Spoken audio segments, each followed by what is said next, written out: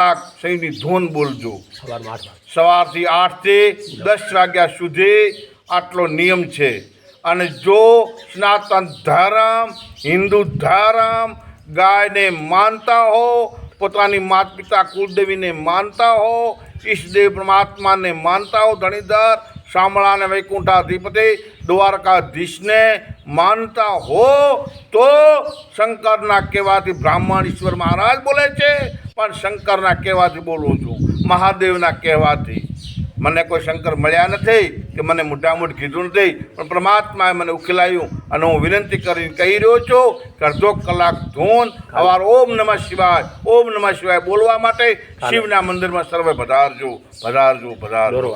ગામ લોરવાડા અને હરેકના ગામમાં જે ગામ હોય એના હરેક ગામની શિવ મંદિર હશે, હરેકના ગામની મેલો. અને આ વિડીયો જે સાંભળે એ આગળ મેળતા રહેજો, એમને મહાગૌ પુણ્યની પ્રાપ્તિ પણ થશે. જે સાંભળે અને ની મેલે એમને પ્રભુ પરમાત્મા હું સાંભળ્યું ની મેલો વિડીયો, હું પાપનો ભાગીદાર બની. આગળ મેળતા રહેજો.